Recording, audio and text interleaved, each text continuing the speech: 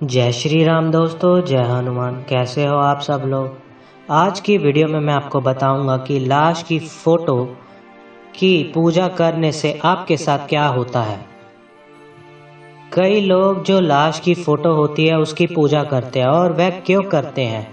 जब किसी घर में किसी की मृत्यु हो जाती है तो जब अर्थी का समय आता है तो वह उस समय पर उनके रिश्तेदार और कोई और आस पड़ोस वाले उस समय उस अर्थी की फोटो खींचते हैं ताकि एक यादगार के रूप में वह रख सके। और कई लोग इतने मूर्ख होते हैं कि उसी फोटो को, जो अर्थी वाली फोटो होती है जिसमें उसकी आंख बंद है, जिसमें शरीर के प्राण निकल चुके हैं, जो शमशान जाने के लिए तैयार है, जो यम के ग्रास बनने के लिए तैयार है, उस फोटो को वह अपने मंदिर में लगा देते हैं या फिर ऐसे ही अपने घर में टांग देते हैं। पहली बात तो ये कि अपने घर के पितरों की फोटो, परिजनों की फोटो घर में रखनी ही नहीं चाहिए। इस चीज़ का विशेष रूप से ध्यान रखिए, बिल्कुल भी नहीं रखनी चाहिए। इससे उनकी स्मृतियां आने से वह जो है ना सूक्ष्म रूप से आपके घर में आ जाते हैं और फिर आपको पीड़ा देते हैं। तो पहले इस बात का विशेष रूप से ध्यान रखिए। कभी भी पितरों की फोटो मंदिर में तो रखनी ही नहीं चाहिए। मंदिर में बिल्कुल भी अपने पितरों की फोटो नहीं रखनी चाहिए, और घर के अंदर भी अपने घर के जो पितर होते हैं उनकी फोटो नहीं रखनी चाहिए। अब बात करते हैं लाश की जो फोटो है उसकी पूजा करने से क्या होता है। ये जो प्रश्न है ये जो है ना, एक बच्चे ने मुझसे पूछा है और काफ़ी दिनों से वह इस प्रश्न को पूछ रहे थे, पर मैं समय ना मिलने के कारण वह इस विशेष पर भी जानकारी हम नहीं दे पाए थे।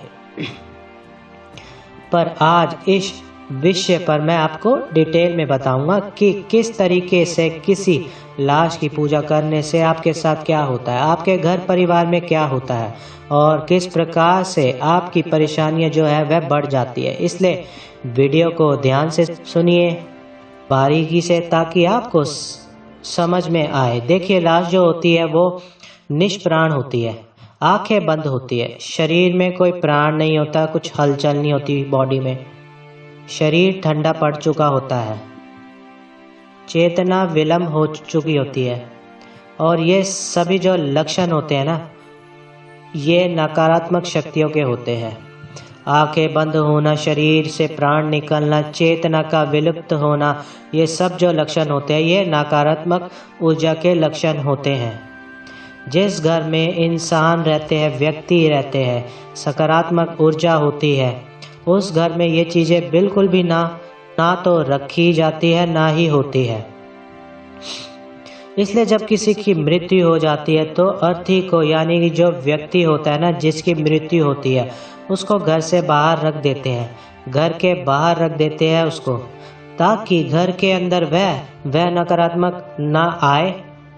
अगर कोई व्यक्ति ऐसे फोटो की पूजा करता है जो अर्थी की फोटो है, जो अर्थी ले जा रही है, तो ऐसे क्या होता है, जो व्यक्ति मरा है, जिस व्यक्ति की मृत्यु हुई है, उसकी आत्मा जो है वह उसको लोभ आ जाता है और वह उस स्थान पर आकर उस पूजा को ग्रहण करना शुरू कर देता है।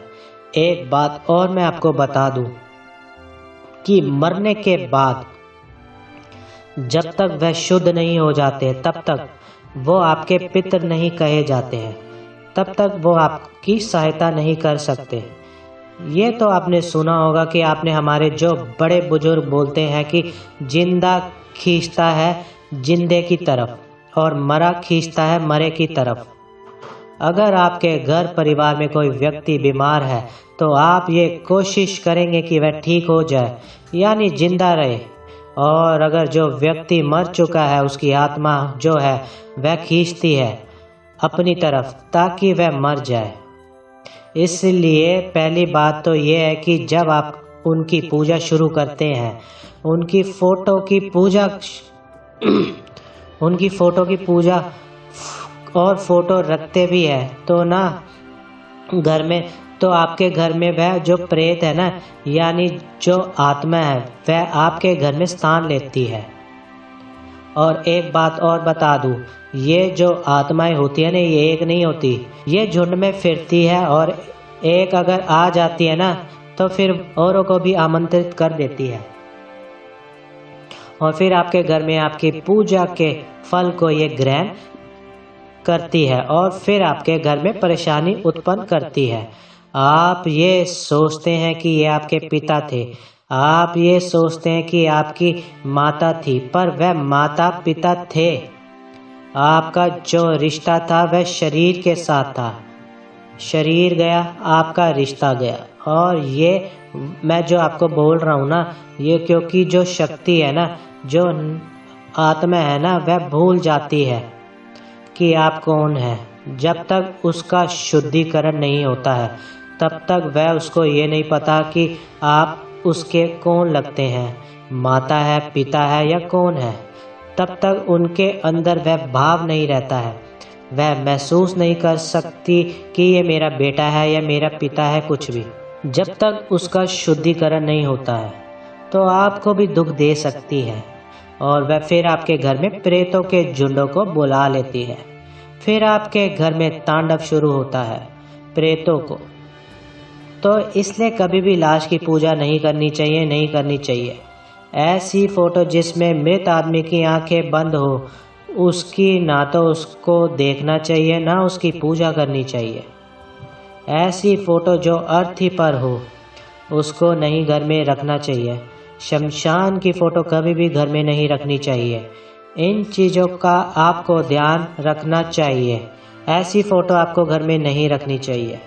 जिसमें फोटो में आग बंद हो, ऐसी फोटो कभी भी नहीं रखनी चाहिए। ऐसी फोटो जिसमें दर्द से वो चिल्ला रहे, परेशान हो, ऐसी फोटो कभी भी घर में नहीं रखनी चाहिए।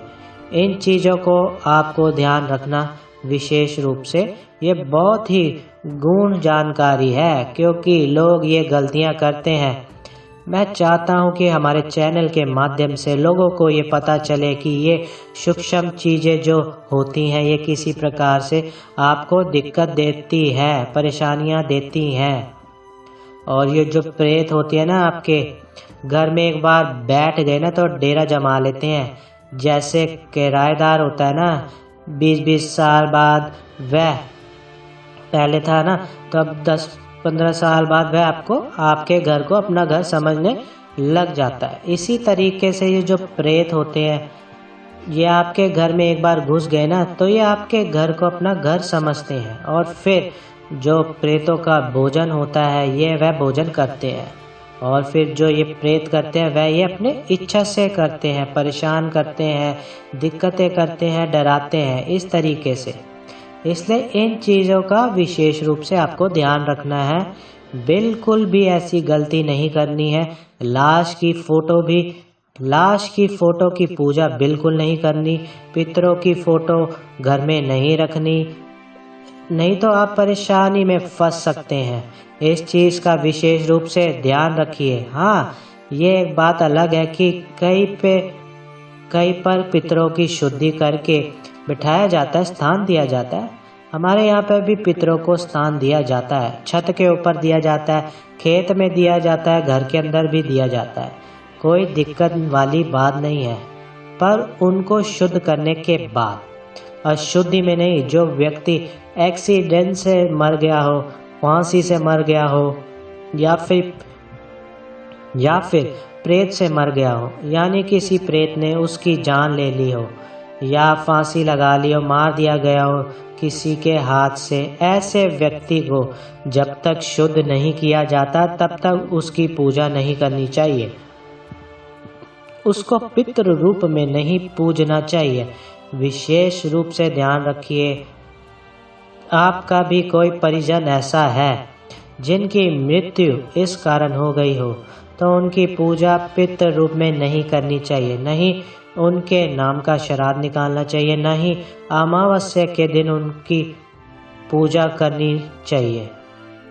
वो आपको दुख देंगे, वो आपको परेशानी देंगे, इस चीज़ का ध्यान रखिए, क्योंकि वह अभी प्रेत योनि में है और जो प्रेत है वह अभी पवित्र नहीं हुए हैं, वह अपवित्र है।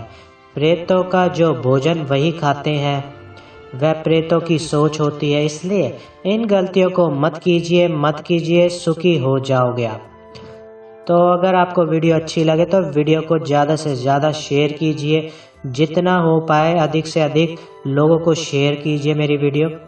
लोग गलती करते हैं ना, लोग गलती ना करें, और हमारे उद्देश्य यही होता है कि आपको अध्यात्म से जोड़ा जा सके, भगवान शिव और अन्य देवी देवताओं से आपको जोड़ा जा सके, ताकि आप सनातन की जो गरिमा है उसको ऊपर ले जा सके, और साथ ही आप भक्ति मार्ग अध्यात्म से जुड़ सके, और जो भूत प्रेत से जुड़ी समस्याएं होती हैं, माता बहन व सब परिवार में इसको बारीकी से समझ सके, इसका इलाज आप खुद कर सके और भक्ति में आप आगे बढ़ते चले जाए।